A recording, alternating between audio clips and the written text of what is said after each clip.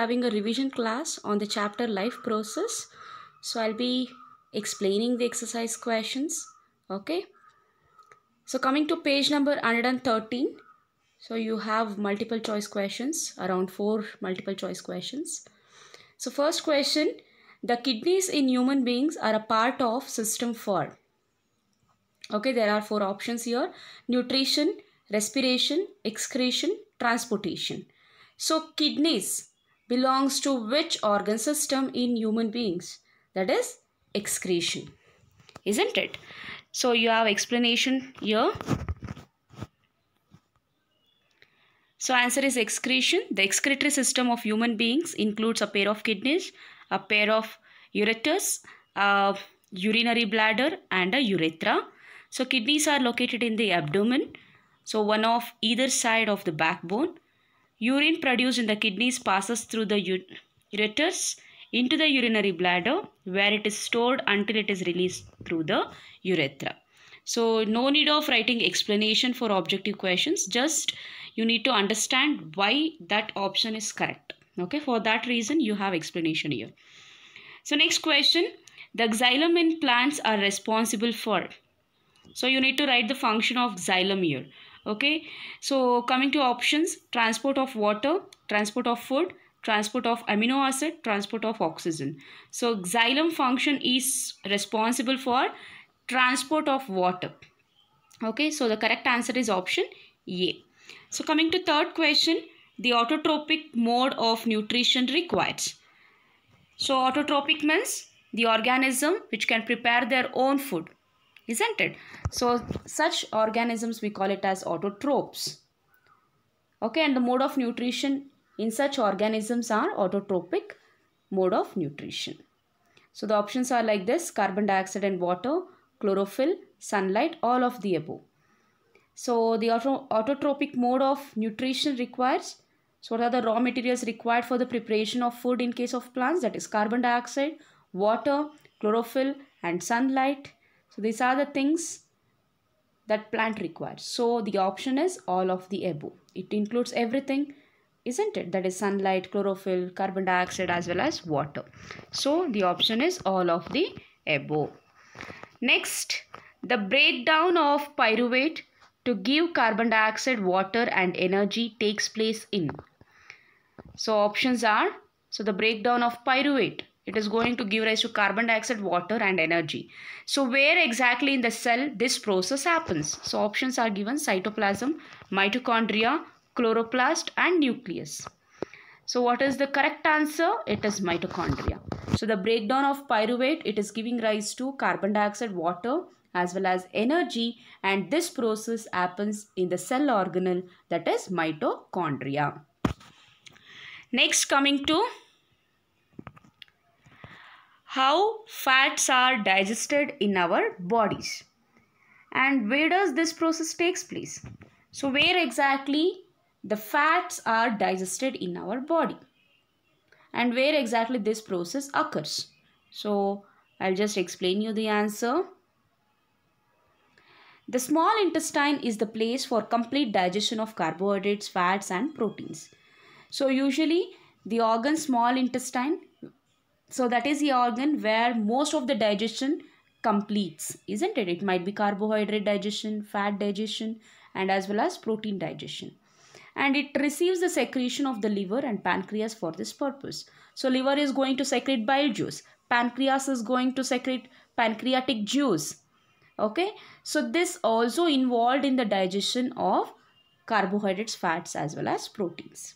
The food coming from the stomach is usually acidic in nature. That is HCl production in stomach. And it has to be made alkaline so that pancreatic enzymes can act on it.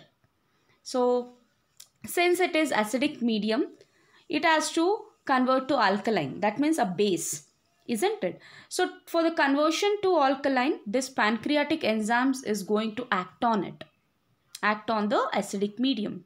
Okay, and we know that bile juice is produced in the liver, so which is going to complete this digestion process. Fats are usually present in the intestine in the form of larger globules, which makes it difficult for enzyme to act on them. So fats usually it will be in a large globules. So that has to break down, right? And so it is very difficult for enzymes to act on this larger particles. So what happens is the bile salts helps in breaking down the larger globules into smaller globules. Enzyme alone can't digest this larger globules. So what does bile salts will do? So that is going to help in breaking down of larger globules into smaller globules. The pancreas helps in secreting pancreatic juice, so which is containing enzymes like trypsin for digesting proteins and lipase for breaking down into fats, or it is going to emulsify the fats. Okay, so the walls of the small intestine contains glands which is going to secrete intestinal juice. Okay, the enzymes present in it finally converts into protein to amino acids. Okay, so what does enzymes do here? It is going to break down the proteins and give rise to amino acids. And also complex carbohydrates is digested to give glucose, and finally the fats is digested or it is break down into fatty acids and glycerols. Coming to the next question, what is the role of saliva in the what is the role of saliva in the digestion of food? How saliva play an important role in digestion of food? Okay, so the food we intake is a complex in nature, isn't it? The food we eat, it will be in a complex form. It has to break down and energy has to be given out. For that it takes a long process, isn't it? So if it is to be absorbed from the alimentary canal, then it has to be broken into smaller molecules. This process is mainly done with the help of biological catalysts called as enzymes. Usually enzymes plays an important role in breaking down of food. Okay, and majorly they have asked here is saliva. So saliva, we know that it consists of an enzyme salivary amylase, isn't it? Which is going to break down the starch, which is a complex molecule giving rise to a sugar.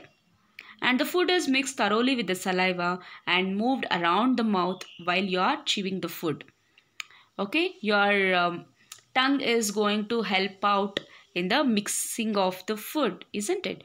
Because tongue is fully made up of muscles, isn't it? And saliva plays a pivotal in digestion, that means a major role in digestion and absorption of food. So coming to the next question, what are the necessary conditions for autotrophic nutrition and what are its byproducts? What are the conditions for autotrophic nutrition and what is the byproducts obtained? The energy and the carbon requirements of autotrophic organism is obtained by the process of photosynthesis. It is defined as a process by which autotrophs takes in substance from the outside surrounding and convert them into stored forms of energy. Whatever the substance that plants or trees absorb is all from the atmosphere, is from the surrounding, right? Whether it is carbon dioxide, whether it is water, whether it is soil, it is all in the surrounding requirement for the plants. And it is going to convert them into stored form of energy. It is going to store, it is going to prepare the food and it is going to store the energy in plants itself. And that stored food we are consuming, whether it might be fruits or vegetables or greens, isn't it? We are going to consume it because the food is in the form of stored one in case of plants. This substance is taken in the form of carbon dioxide and water, which is converted to carbohydrates in the presence of sunlight and chlorophyll. You already know, you have already learned the equation for photosynthesis process, correct? So the main purpose of carbohydrates is to provide energy to the plants. So what is the main purpose of carbohydrates? It is going to provide energy to the plants. The carbohydrates are not utilized immediately. It is not utilized immediately, but they are stored in the form of starch, which is going to serve as an internal energy reserve. Okay, so the stored energy can be used as and when required by the plant. When there is a necessity of usage of energy, it is going to use that energy in manufacturing the food. Okay, so for today's revision part, this much is enough.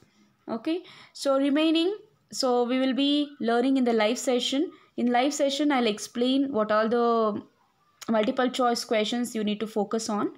Okay, and 1 mark question and 2 marks question will be given in the periodic test 1. Okay, fine children, all the best. Take care everyone.